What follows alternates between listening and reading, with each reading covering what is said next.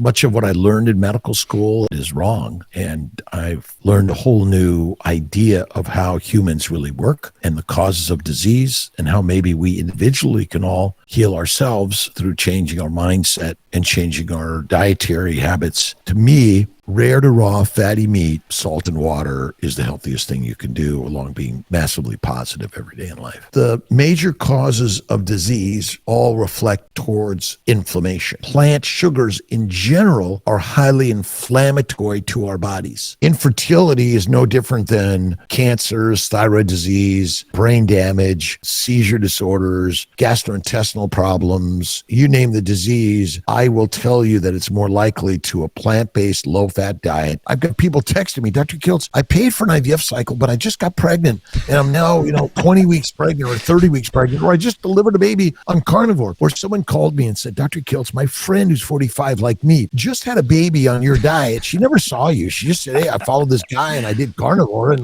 wow. Dr. Kiltz, it is an honor, a pleasure. Before starting off, I wanted to say, do you know we have many things in common? First of all, we have the same name. My name is Roberto.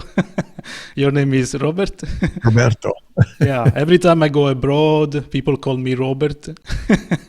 And then I know you also had a story with psoriasis. I have suffered from psoriasis as well in the past. So we have this in common, unfortunately. Maybe I think we also have in common our height.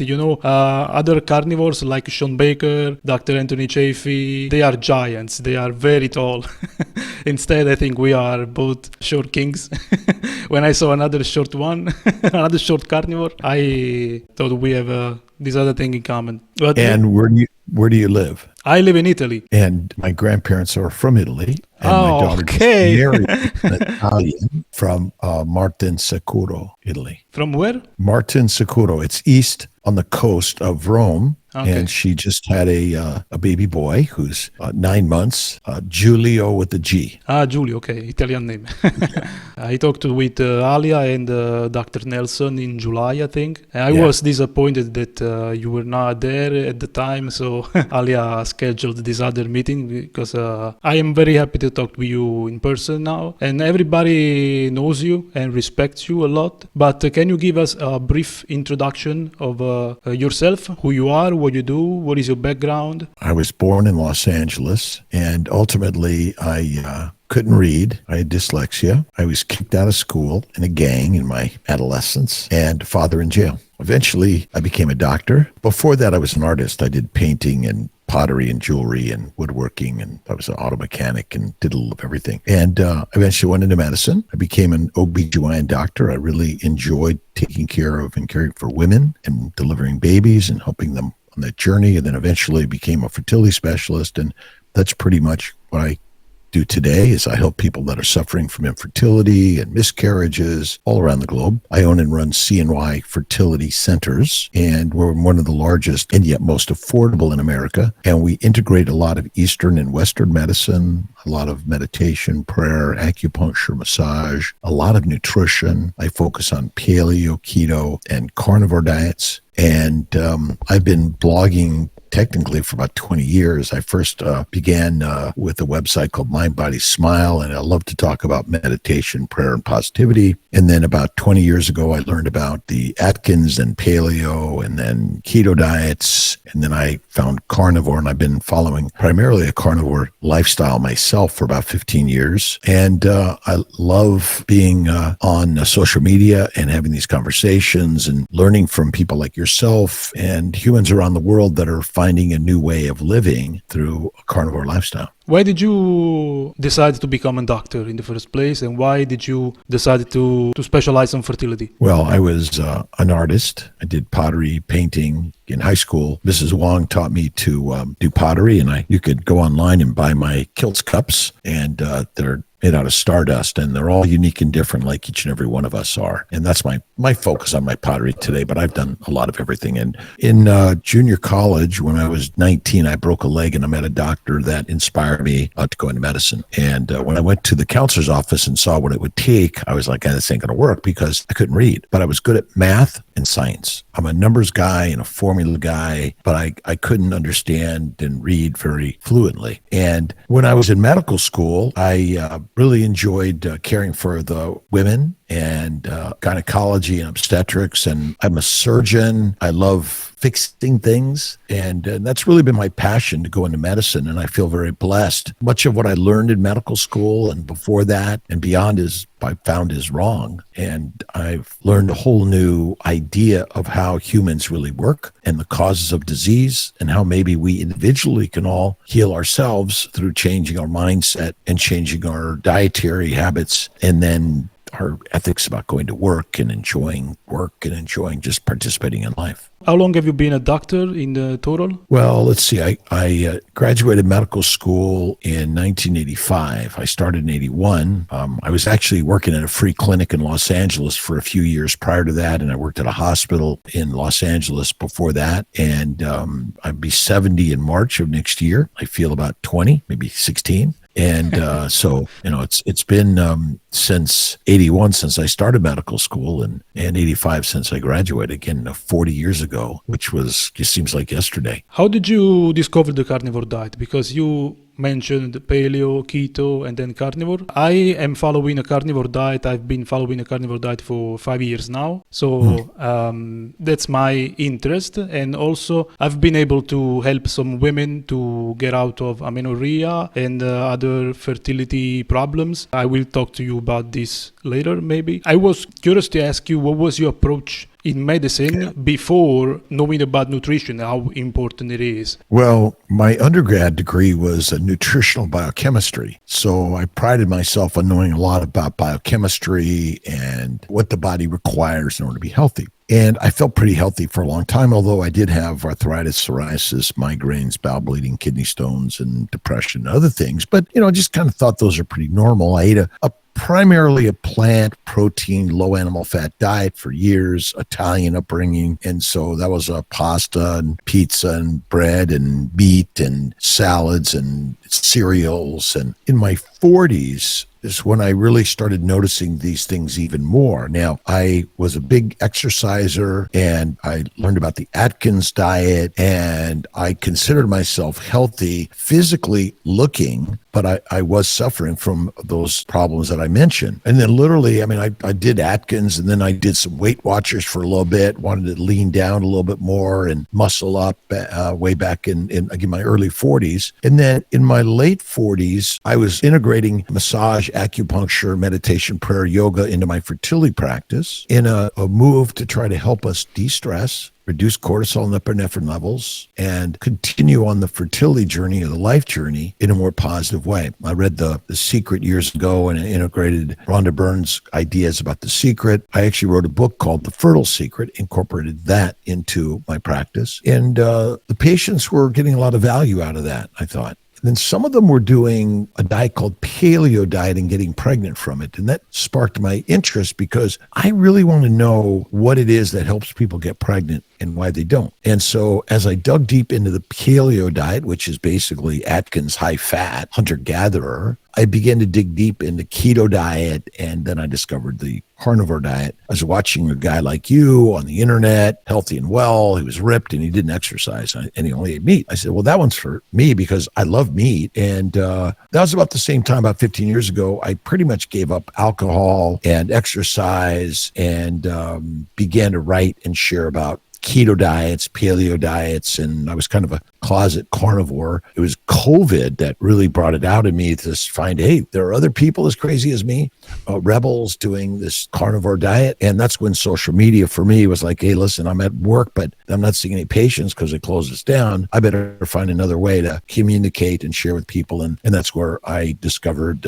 social media, YouTube, Facebook, Instagram, and go down the list. And so I find that carnivore is the top of the line therapeutic modality for all of us if you're suffering. Infertility in my opinion, is a plant protein, low animal fat diet disease because it infects and inflames the gut. Gut inflammation damages the entire body. Plus it makes alcohol and it damages the glycocalyx. And we could talk about that a little bit also. And it's interesting because changing your diet is like changing your religion or your politics. Most people are like, I'm not doing that. But I'm a persistent, just like decided to go into medicine. I didn't get in the first year and I just kept at it. And I'm a persistent guy, hardworking.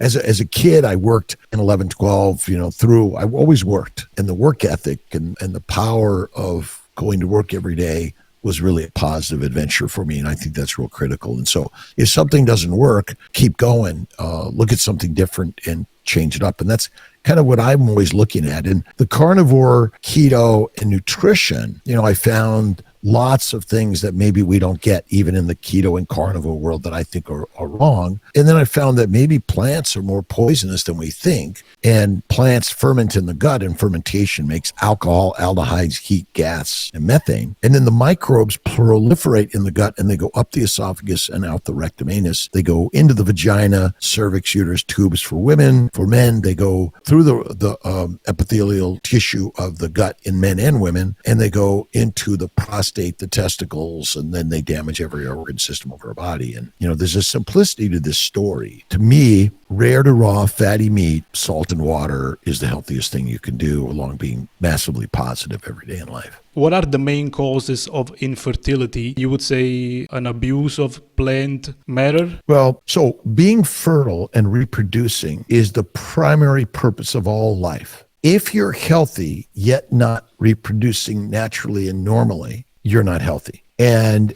the major causes of disease all reflect towards inflammation. When we use the term inflammation, we're talking about swelling, redness, pain, heat, and dysfunction, and then failure of a cell system, organ system, or the organism itself. And ultimately, reproduction is what we're all here for. The causes of inflammation are fivefold, in my opinion. Plant sugars, not just glucose, because there are many sugars in plants, not just glucose, but plant sugars in general are highly inflammatory to our bodies. You might not be able to see it or feel it on the outside, but the inflammation is happening on the inside. So plant sugars, plant chemicals, think about it. Heroin, cocaine, marijuana, nicotine, caffeine come from plants. They're plant estrogens, plant testosterones, and plant progestins. There are products in plants that mimic thyroid hormones. And so these are the chemicals that the plants make that have evolved millions of years before you and I, and they have infinitely more DNA than you and I. And then there's the lectins, oxalates, phytates, and more glycoproteins.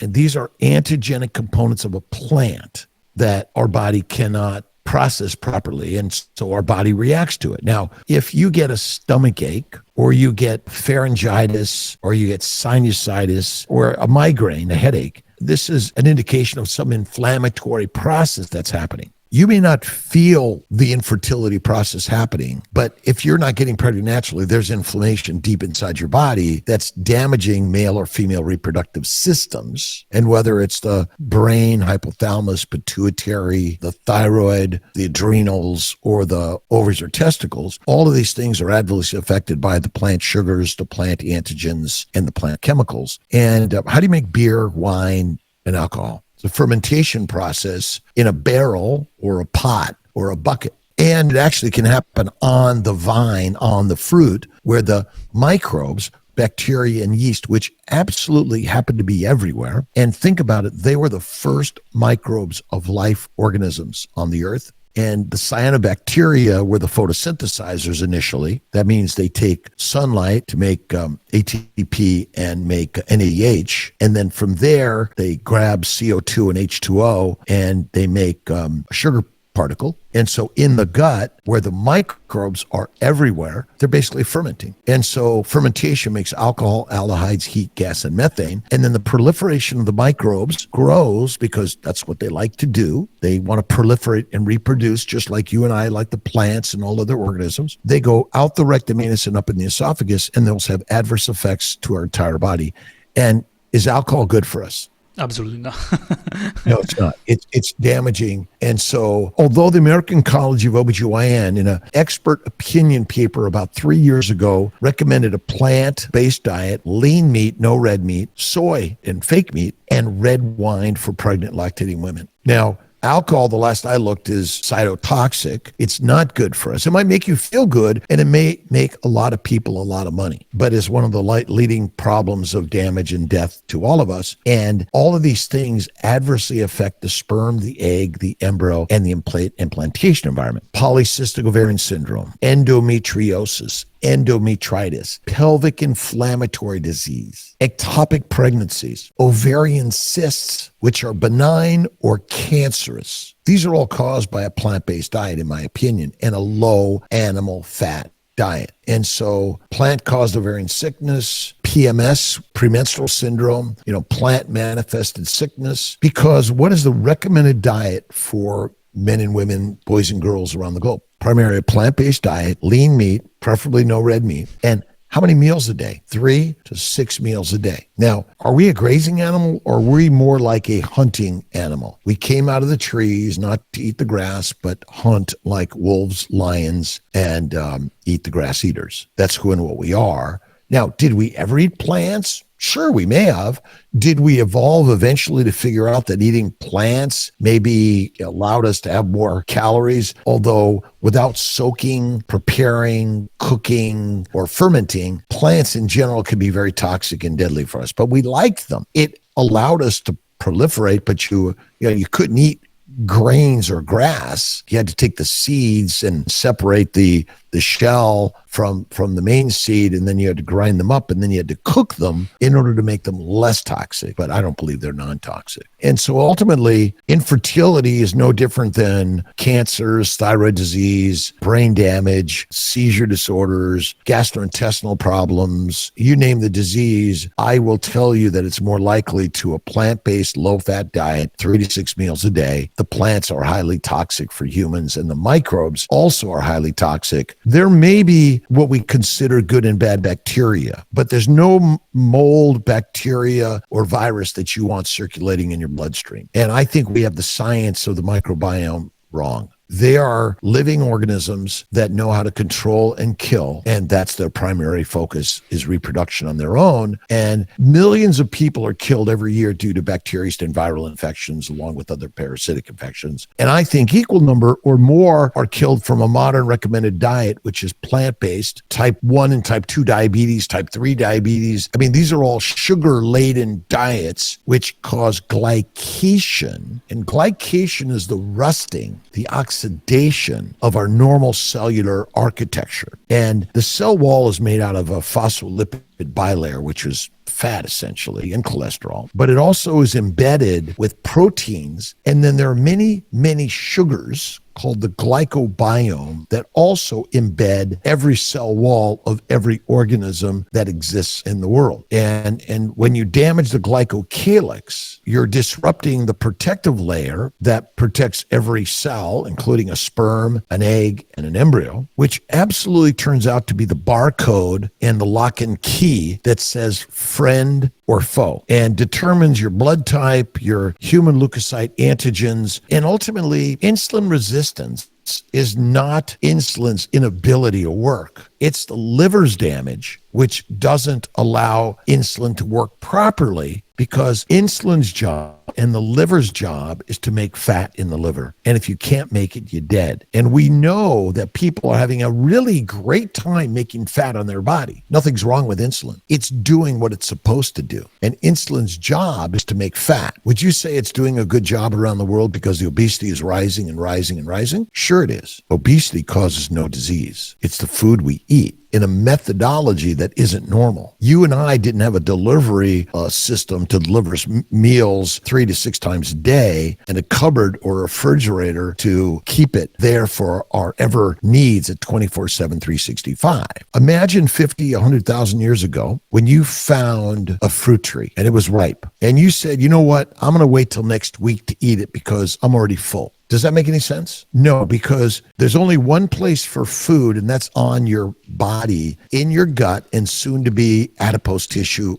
anywhere in your body because glucose is not direct energy for the mitochondria. Glucose and all other sugars and amino acids must be converted to fat in the liver via insulin or we die. Type 1 diabetics who have no insulin and are not treated with insulin become skinny despite the fact that they're eating voraciously and they die. Another problem I think is very important to stress is that with plant foods, not only they can be inflammatory, and of course they are especially consumed in excess, but also they create malnutrition. So we cannot get a lot of nutrients that we can only get from animal products. So I think this is another very important issue with consuming high amounts of plant foods. I also wanted to ask you, do you ever advise to take some supplements in order to increase the amounts of some nutrients? For example, I've seen it can happen that we are deficient of iodine, for example, even though we consume a lot of animal foods. Do you ever advise to take iodine, for example? I've seen there were some doctors in the past that used to give high amounts of iodine to women who suffered from amenorrhea and they were able to reverse it. Do you ever advise to take this or other things? Well, plants damage the gut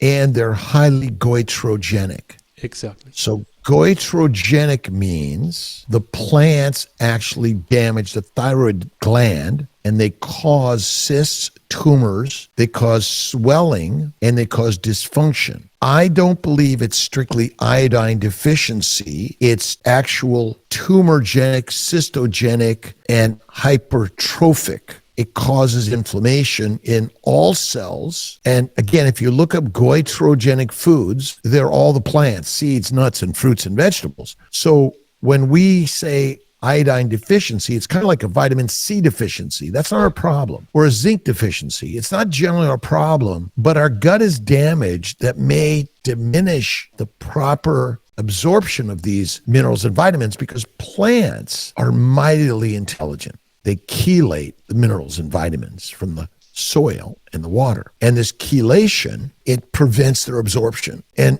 plants are really marvelous life form. They travel the world. They change their environment. They communicate with other macro and microorganisms. They have a neural system and they have a vascular system. And they likely communicate with the microbes, the bacteria and yeast, and maybe viral DNA also, or the viral glycocalyx may communicate with them also. And sometimes the communication is up, you get away, I've got to do something to get rid of you. But so yes, I do sometimes recommend taking organ meat supplements, liver supplements. I think that taking a multivitamin, prenatal vitamin seems to be something that is recommended. Can I tell you there's any studies that prove it?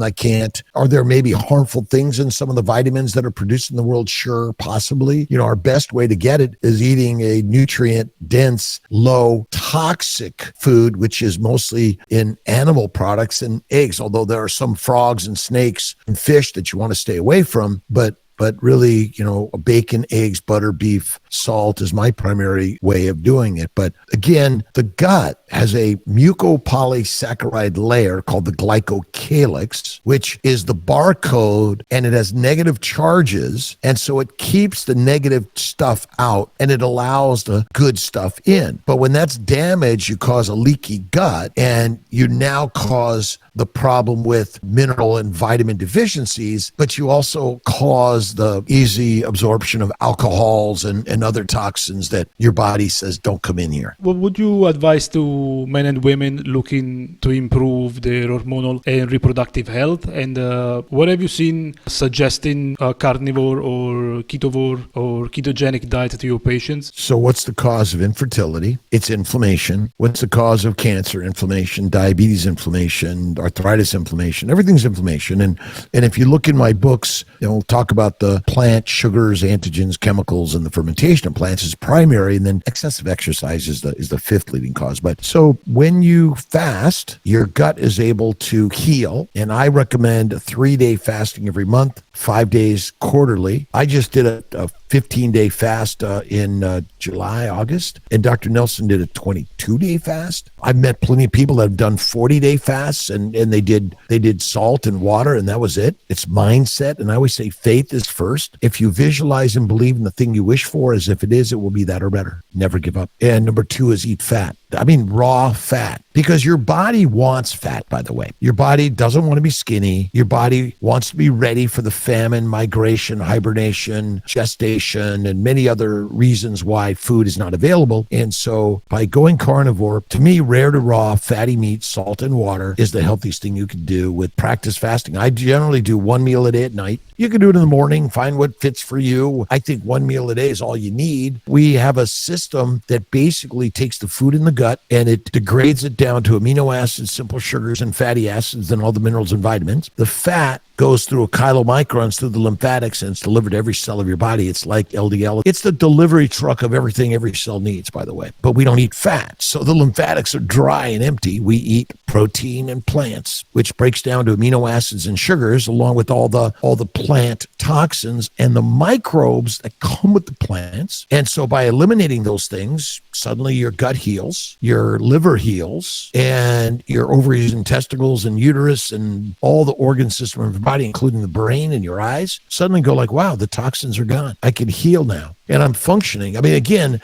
I'm only burning acetyl-CoA from fatty acids. A type 1 diabetic doesn't have insulin. It cannot make fat or acetyl-CoA. It dies. Liver failure patient doesn't have a normal functioning hepatocytes. They also can't make fat. And they eventually degrade and decompose and die. And so how do you heal? Faith first, visualize what you want as if it is, and it'll be better. So that's why this community is so amazing. And I've got people texting me, Dr. Kiltz, I paid for an IVF cycle, but I just got pregnant. And I'm now, 20 weeks pregnant or 30 weeks pregnant, or I just delivered a baby on carnivore. Or someone called me and said, Dr. Kiltz, my friend who's 45 like me just had a baby on your diet. She never saw you. She just said, hey, I followed this guy and I did carnivore, and like, wow, babies.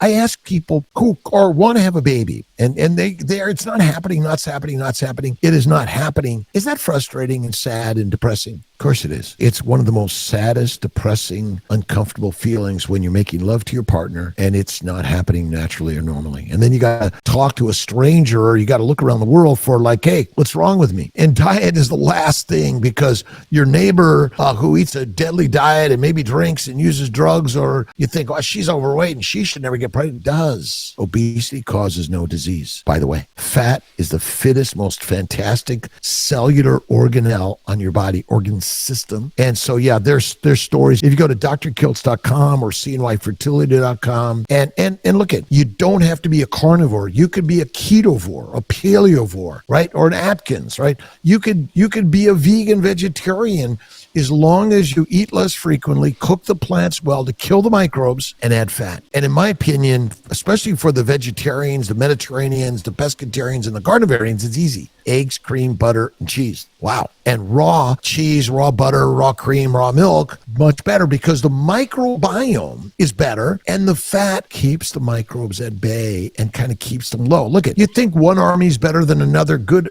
bacteria, bad bacteria, they're all the same. They have one mission: to proliferate, reproduce, and make fertilizer or food out of you. That's all it is. And the stories abound. And just look at Facebook and Instagram, YouTube, and ask the question, well, wait a minute. All I did was fast for a week, and suddenly I fed my husband steak and eggs, and I told him he's amazing. Or you told your wife that, and you made love to them. And by the way, we do a lot of inseminations, IVF, but my primary job is, if you can say, hey, Kiltz helped us get pregnant naturally, people even do home inseminations, that works, but you got to reduce the inflammation. And the smelliest, dirtiest, most infected part of our body is what? Sorry? The colon. The colon. The colon is the most dirty, infected, smelly, inflammatory organ system of our body. And do you think the microbes are just going to sit there and do nothing? And if you look at the digesters that they use to make energy on many farms, they take all the manure and all the food scraps, they put them in a big tank, they circulate them a little bit, they capture the methane, and this same thing happening inside us. And again, these ideas are radical, but there are infinite stories out there. And we are there's more endometriosis, PCOS, more polycystic ovarian syndrome, more early menstrual periods, late menstrual periods, heavy menstrual periods, pelvic pain, bowel and rectal pain, bladder infections. And many of these things happen in men and women, by the way. And again, I've seen men's sperm improve, eggs improve, and the damage to the glycocalyx on the sperm, egg, embryo, and uterus is the problem. And pelvic inflammatory diseases are on the rise, which means women and men are getting bowel and pelvic problems. Back problems also are all the same problem, by the way, because as the bowel gets infected, it infects the pelvis, it inflames the nerve roots, inflames the spinal discs, and it causes osteoporosis and more problems. So yeah, go to our websites, drkiltz.com and cnyfertility.com. The stories are there, and we're putting together books and magazines of these stories. And if you go to our websites, share your story. Again, if you can get pregnant naturally, that's what we want to see happen. If you need either ovulation induction or some help, and by the way, we take care of high BMI men and women, and keto, paleo, carnivore, faith, and fasting. And I don't know if you can see this. It may not be clear. Maybe. Yeah, faith. Yeah, it goes right. First, it's not so clear, and then it becomes now clear. It is, yes. Yeah, faith is the first thing I always work on, mindset.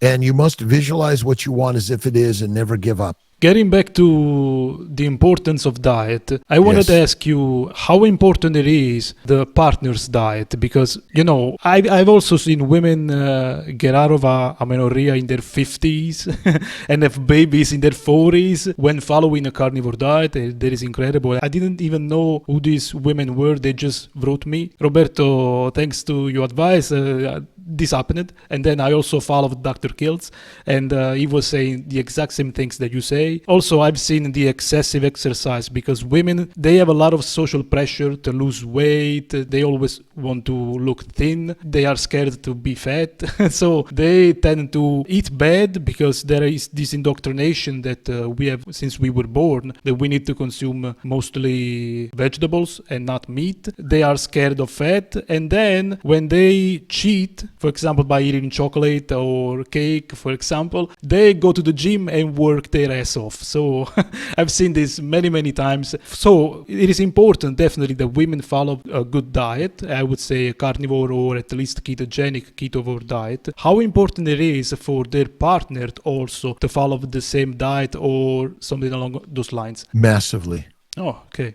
It takes sperm, it takes eggs to make an embryo. It takes the mindset also, by the way, because remember, our mindset is damaged because of the diet. And so that we think less of ourselves and our body doesn't function as readily. But sperm, eggs, embryos, it takes everything. And so men are easily damaging their libido, their mindset, the testicles, the prostate, and the glycocalyx of the sperm and the glycocalyx of the egg, which damages the glycocalyx of the embryo. Glycosylation is the normal addition of sugars. Sugars in the human body are for glycosylation primarily, and or being converted in the liver via insulin to fat, which becomes VLDL. But listen, idiopathic infertility is one of the most common diagnoses of someone being infertile. That means the sperm looks good, moves good, the DNA and genetics are good. The woman has regular cycles, open tubes, and we can't find any other medical issues. Okay? So again, if you're not getting pregnant, you are not healthy. It's inflammatory, mostly of the pelvis from the colon and the small bowel, by the way, because SIBO, small intestinal bacterial overgrowth. And if you read James Henry Salisbury's work back in the 1850s and 60s and 70s, you'll realize that, wait a minute, way back then, they knew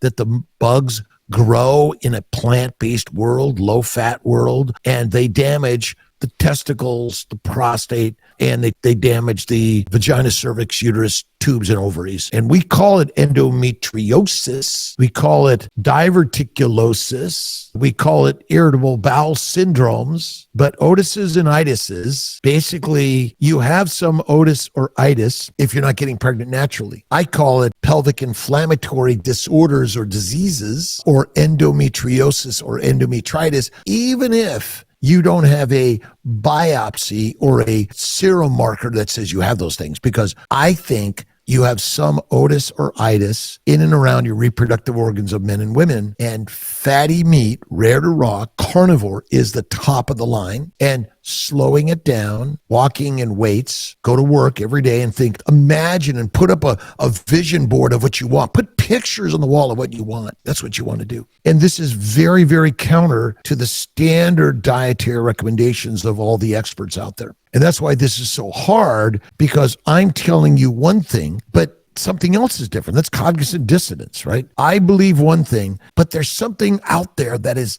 completely opposite and wrong. And that's where the carnivore, and we use keto. Remember, keto is a scientific definition. There's really no such thing. We've made it up, right?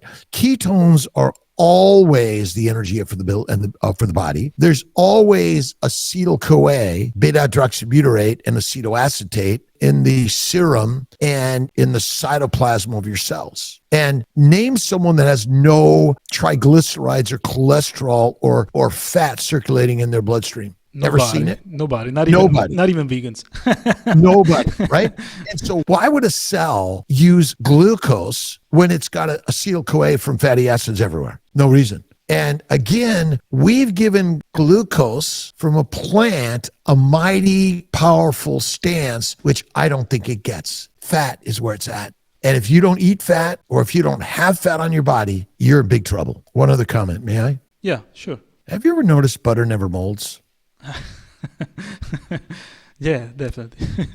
Okay, so if you never put real fat in your bowels, you're always feeding the microbes, and they're the single leading cause of our disease. The microbes that they say is good bacteria and bad bacteria, the microbiome. Roberto, how much have you heard of the glycobiome? Very little.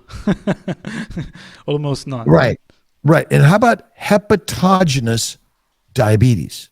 Ever heard of that? Very little. Hepatogenous diabetes. So we have a obesity problem in the world, but no one's eating fat. How are they getting fat? Is there something wrong with their liver and wrong with their insulin? Or is actually there something right with it? Bears become hyperphagic in the fall. That means they eat. They're eating the berries. They're eating the animals. They're eating the fish. Why must they get fat? Hibernation, migration, gestation, and they may fertilize an egg, but it will not implant unless they're fat enough. And in hibernation, when they're gestating 1 to 4 little baby bears, they lose no bone mass and no muscle mass. What do they lose? Adipose tissue. See, we think of fat like canola oil or olive oil or lard that's been rendered. That's not what it is. It's a vibrant cellular organelle that contains every mineral, vitamin, amino acid, simple sugar, glycans, and fatty acids, and the building blocks for your baby. You don't eat, you don't lose muscle or bone, you lose fat. Now, intramuscular fat makes you think you're losing muscle, and many people are not doing their normal activity. I did 15 days of fasting. I would do my hiking for 3 miles up the hills with 25 pounds on my back. I would go to work every day. I would do my blogging. I would do flying airplanes, and I would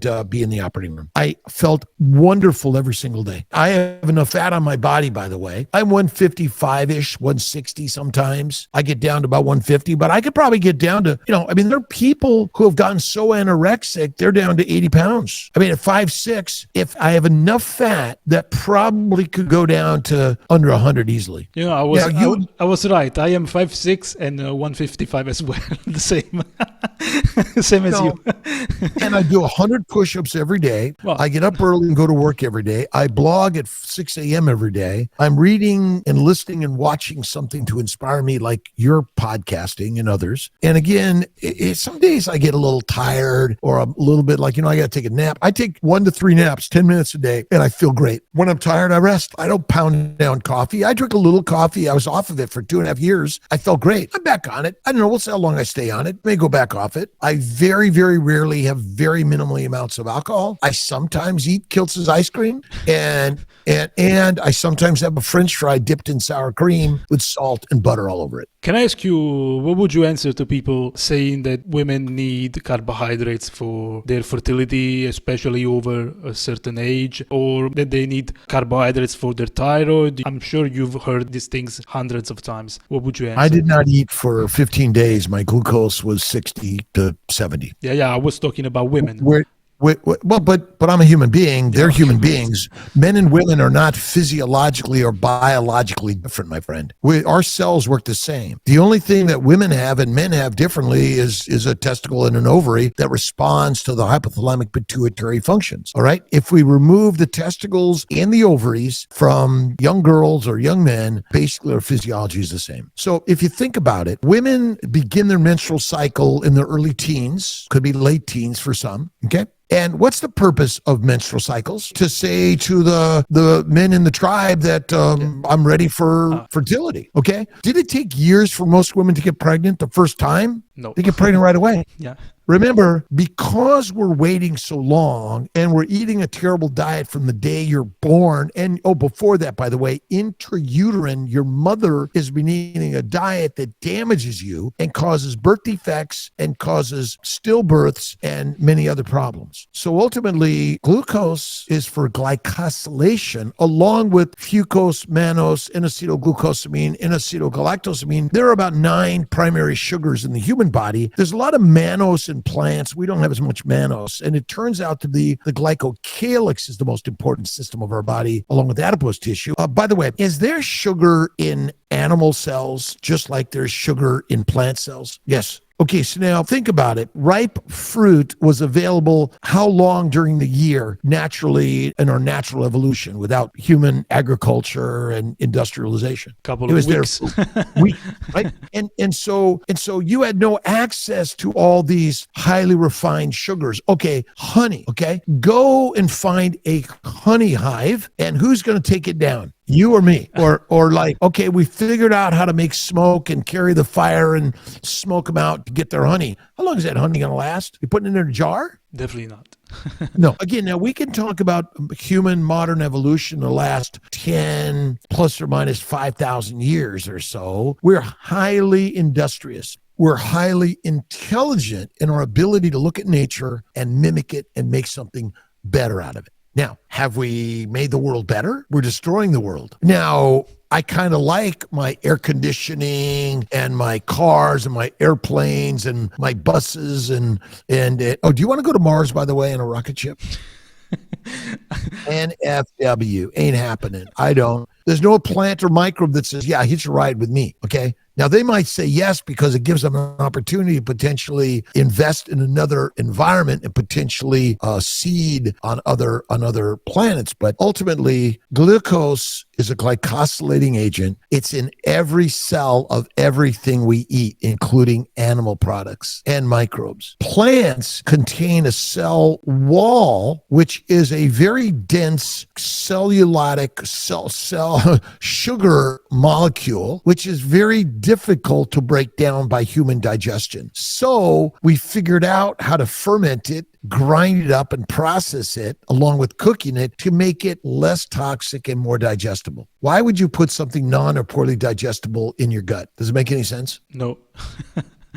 Doesn't make any sense. And if you look at Pottinger's cat's work, Pottinger did a study on cats where he fed them either raw meat, cooked meat, raw unpasteurized milk or pasteurized milk, and they were sick when they were pasteurized or cooked meat, but they were healthier, and their subsequent generations were healthier when they were given raw milk products or raw animal meat. Now remember, any animal that is a mammal, they only gets milk from a breast. Everything we've done with breast milk in making cheeses and yogurts and many other things are completely modern industrial production. Even making bread is a modern industrial production. And if you feed a human bread and beer, you domesticate them. slavery, soldiery, peasants, and prisoners. Basically, how do you domesticate a lion and a wolf? You feed them a plant-based diet, they become dogs and cats. And again, you can eat whatever you want. You may or may not live as long as you thought you were supposed to, or you may or may not have the diseases that we're all suffering from. But the last I looked around the world, we're on more drugs, we're having more doctors, the cost of healthcare is on the rise, and we're doing more diagnostic and therapeutic tests that ultimately have adverse effects also. By the way, really radical, right? I'm sure you know the Seventh-day Adventists started to market vegan or vegetarian diet because they didn't like that people had sex all the time and they were making too many children. They didn't like people masturbating. So they wanted people to stop having sex urges, basically. So they started to demonize animal products because they knew they were getting people less fertile. Do you want to be a lion or a sheep? Definitely a Do lion. we want to be lions? Okay, so look at the Seventh-day Adventist Church is a great religious organization. It's a great church. They do amazing things for many people. We need community collectively. I think that's good. And I think at the time when the masses were being massacred and diseases were rampant, we were always on the move to find some way to help us heal and live better. We missed the boat long ago that agriculture and civilization and cities actually were harmful for humans and not helpful. Now, again, do we live longer? We have, more things. There's a whole argument there that you might say, okay. But it turns out that a plant-based diet does cause a lot of disease. But for people who do meditation, prayer, positivity, they don't drink alcohol, they don't smoke, and they don't pound down the food 6 times, 10 times a day. There's value in a lifestyle like that, I believe, that even for our good friends as the Seventh-day Adventists and our plant-based friends also, by the way, we're a community, we're all friends and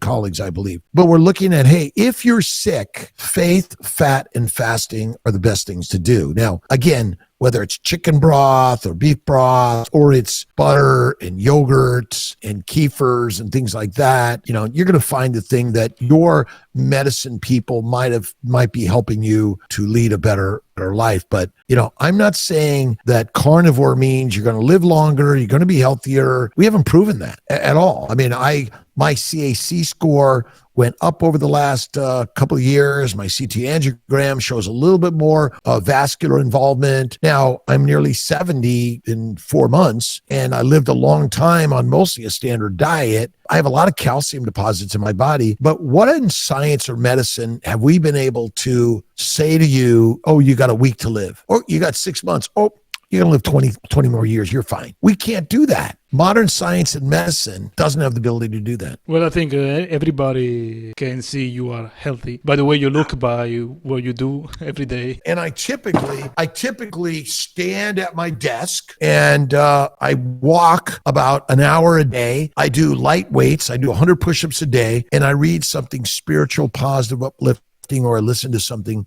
spiritual, positive, uplifting. It's all mythology. This is a mythologic existence. Why don't you grab on to some of the myths that humans have told stories about, the gods, the heroes, right? That's what we're here to do, is manifest the most amazing life. See, the brain takes the energy of the universe and creates a picture. And every thought you think unfolds the life you live. That's why I'm living the most amazing life, and I'm grateful to be alive every single day. And I live an eternal existence because the molecules that God put together to create me are going to one day create some other entity. And what happens to me and my energy, that's the story we decide to tell. Dr. Kidd, Yes. Thank you so much. I gotta tell you, I'm not a religious person, but I definitely appreciate your conviction, your dedication, your passion for what you do. It is very... I'm not religious. You're not religious. Okay, How would you define yourself? Okay, religion is realignment, an inspirational philosophy created by human beings, which are called gods. And so I absolutely believe in God, and I call myself a Catholic because that's how I was raised, and that's been my community. Do you believe in yourself? Of course. That's something. we are it. We are it. Okay. Because if you haven't read The Three Magic Words by U.S. Anderson, you must read the book. But really, if you look at the New Testament, I mean, Matthew, Mark, Luke, and John wrote a story or told a story of some dude, the mythological character named Jesus Christ and Mother Mary. and more. And so these are the mythologic stories that help us in life. It can be as true as you want it to be, but our little children find the magic in the stories. And they still dress up in the costumes and go out there and make magic. That's what we need to do every day is, of course, I believe in God, because God is everything that you create in the universe, because that is you and I. As long as you have a purpose in what you do, as long as you have No, we're not born for purpose. We're born for work. Again, I say this in a very, there's no purpose that you have to have. Pick it, do it, be it. If whatever you're doing is, make that your purpose. Again, you don't need to be a doctor, a lawyer, a podcaster, a writer, and all. There's nothing you need to be, because you already are the most amazing human being ever created by God. You're already that which you wish to be. You just don't see it yet, because you think you're supposed to do or be something else, because somehow you read it or heard it somewhere. But God never told you that. God says, I love you, period. Okay. Always. And again, who's God? I am. You are. Everyone is, because that's your story. It's a mythologic story. Wouldn't you rather have the most amazing mythologic story than run around the universe like being sad and thinking the universe is a bad place? I don't know. That's good. But you haven't read The Secret by Rhonda Byrne or understand the power of the word. The beginning was the word is and always will be God. God is us. We're the writers of the story. And that's the beauty. Put a smile on your face. Doesn't that change the physiology? It's science. That's the magic of it. You know, I could go on all night. Roberto, thank you to you and the entire audience that is listening or watching, whether it's today or in 10,000 years from now. We're all sharing a mythologic story and make it the most masterful. And if you haven't read The Alchemist, Paulo Coelho, you must. Again, thank you so much for your work, for your time. Again, I'm grateful to what you're doing and everyone else out there. And ultimately, it's our job to take control of our lives through a positive mindset and listening and learning ways that we can help our brothers and sisters around the globe. Thank you so much. My pleasure. Grazie. Grazie. Grazie.